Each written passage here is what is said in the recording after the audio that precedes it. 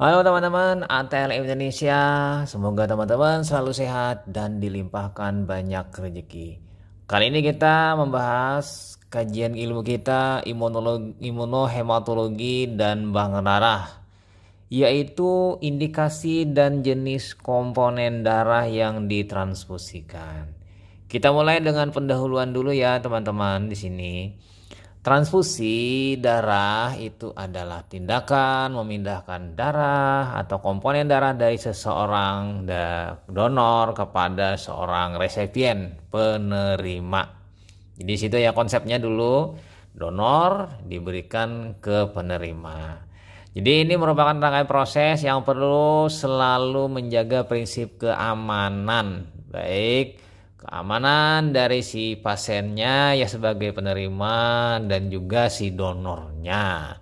Dalam artian donornya memang sudah benar-benar bagus, valid dan bebas penyakit sehingga bagi si penerima aman dan minimal adanya reaksi transfusi. Nah, dalam donor itu ada beberapa hal yang perlu dibahas di sini. Darah dan komponen darah yang kita bahas. Jadi darah yang didonasikan atau didonorkan itu dapat berupa apa saja, yaitu pertama whole blood atau darah lengkap. Nah, darah penuh ya. Yang kedua komponen darah. Komponen darah itu paling sering dipakai adalah packed red cell. Kemudian platelet konsentrat, ini trombosit pekat, plasma beku, kriopresipitat, granulosit, ini adalah leukosit yang kita transfusikan.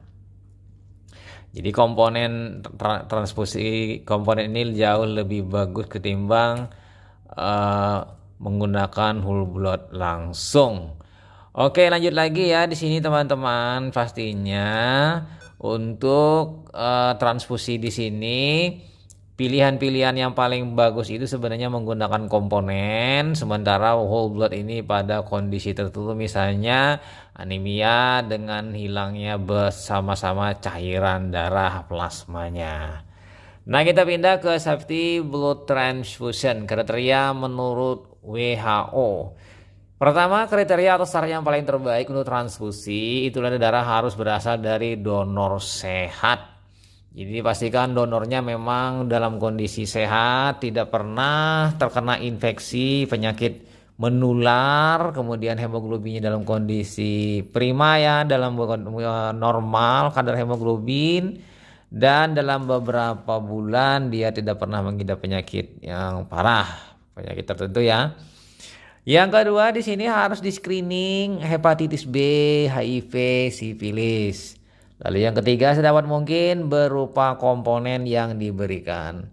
Optimalkan donor sukarela. Ini donor sukarela adalah donor yang menjadi pendonor pelanggan dan terdaftar. Sementara kalau donor dadakan ini adalah donor pengganti. Jadi hindari donor bayaran yaitu donor pengganti. Karena ini risikonya ya tadi darahnya bisa saja berisiko diperjualbelikan ya karena ada bayaran di sini. Lanjut lagi kita compatibility test. Jadi kecocokan tes harus dilakukan pada darah donor dengan darah pasien. Jadi dilakukan uji kesesuaian atau kecocokan keduanya ya. Istilahnya reaksi silang serasi. Jadi antara darah donor dengan darah resipien. Jadi ini mutlak harus dilakukan setiap darah yang akan ditransfusikan kepada si penerima. Terdapat berbagai jenis antigen dalam darah, tetapi yang wajib diperiksa di sini adalah kecocokan dari golongan darah ABO ya, golongan darah yang reguler yang biasa. Kemudian golongan darah yang kedua adalah kecocokan dari faktor resus. Jadi resus berpengaruh kuat ya terhadap ketidakcocokannya bila beda resus positif dan negatif. Nah, kita pindah lanjut ke jenis transfusi darah dan indikasinya. Pertama, whole blood atau darah lengkap. Ini sangat terbatas indikasinya. Ini misalnya kita contohkan pada operasi jantung, kemudian kehilangan darah dalam jumlah besar dalam waktu singkat.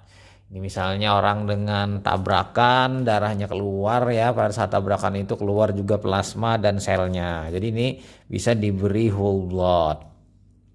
Atau pasien-pasien mungkin yang akan melahirkan atau bersalin, ini whole blood bisa diberikan. Nah yang ketiga, pada tempat tanpa fasilitas pemisahan komponen darah, darah terpencil bisa diberikan dalam bentuk whole blood.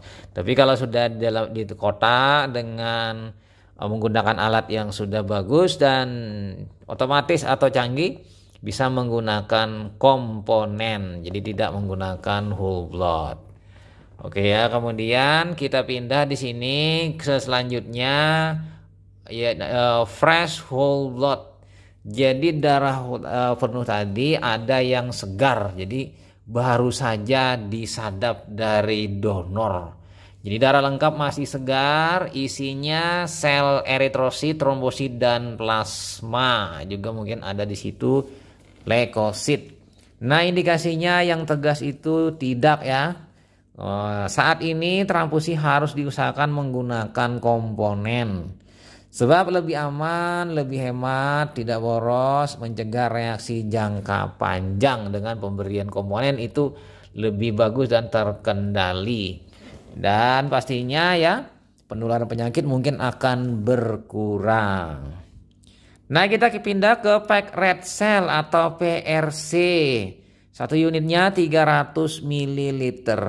2/3-nya 200 ml itu adalah berupa sel eritrosit. Ini idealnya seperti itu ya. Lalu paling sering digunakan untuk anemia. Tujuannya meningkatkan hematokrit si pasien.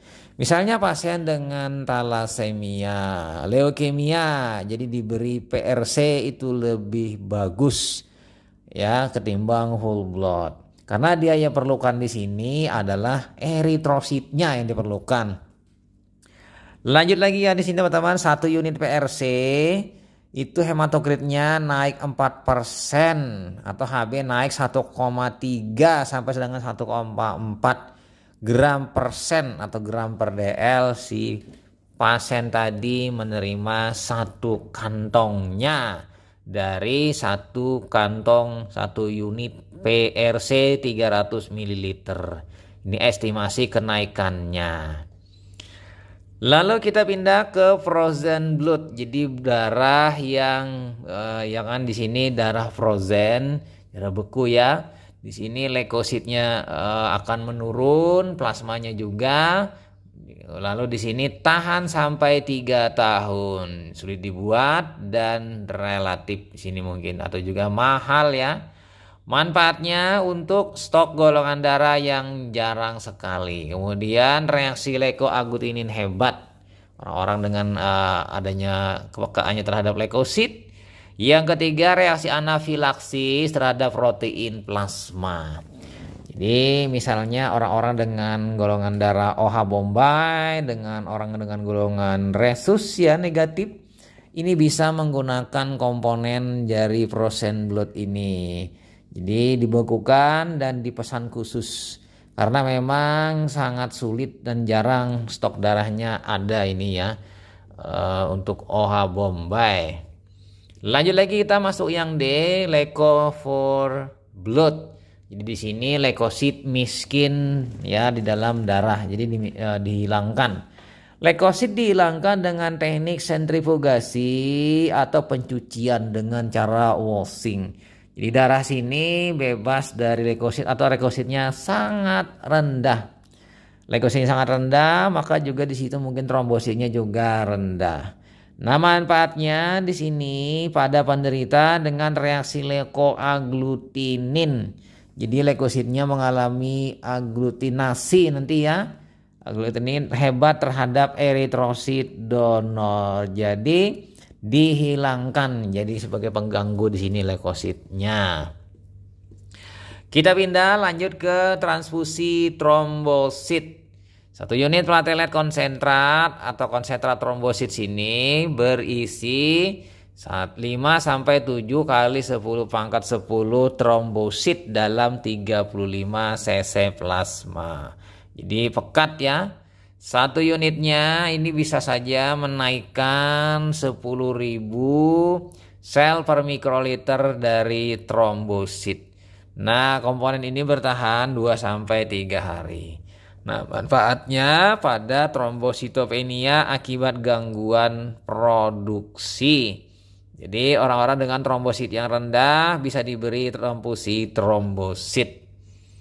Kita pindah lanjut lagi ke komponen selanjutnya, yaitu transfusi komponen plasma. Pertama, fresh frozen plasma FFP. Volumenya di sini 200 ml atau 200 cc. Isinya semua faktor koagulasi 1 unit per cc. Jadi nanti ini untuk orang-orang dengan kekurangan faktor koagulasi. Nah, teman-teman, manfaatnya pertama untuk koreksi defisiensi faktor koagulasi. Misalnya kekurangan faktor 1, faktor 2 misalnya, fibrinogen, protombin, atau faktor lain, faktor hemofilia, misalnya faktor 8, faktor 9, faktor 11, atau faktor yang lain. Kemudian untuk terapi trombotik trombositopenia purpura. Jadi pada kasus TTP bisa diberikan fresh frozen plasma. Jadi plasma beku segar. Kita pindah ke selanjutnya, yaitu cryoprecipitat.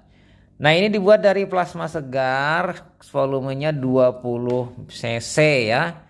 Isinya 250 mg fibrinogen dan 80 sampai 100 unit faktor 8 dan faktor von Willebrand. Jadi di sini mengatasi kekurangan faktor pembekuan 1 terutama ya, dan 8. Walaupun juga nanti ada faktor yang lain. Nah, untuk 1 unitnya ini menaikkan fibrinogen 8 mg per dl. Dan diutamakan di sini adalah faktor 1, yaitu faktor fibrinogen. Untuk proses pembekuan ini sangat membantu ya. Lalu manfaatnya pada DIC. Jadi orang-orang kasus dengan disseminated intervascular coagulation, itu koagulasi yang meluas di dalam sirkulasi, bisa diberi dengan cryoprecipitat ini. Pada defisiensi fibrinogen bawaan, orang-orang dengan bawaan kongenital ya, kekurangan faktor 1 dari fibrinogen, bisa saja diberi dengan sediaan komponen cryoprecipitat. Nah, yang terakhir kita bahas yaitu transfusi granulosit. Jadi granulosit yang diperlukan neutrofil ya, di sini neutrofil segmen. Berasal dari ABO match donor. Jadi cocok ya donornya secara ABO.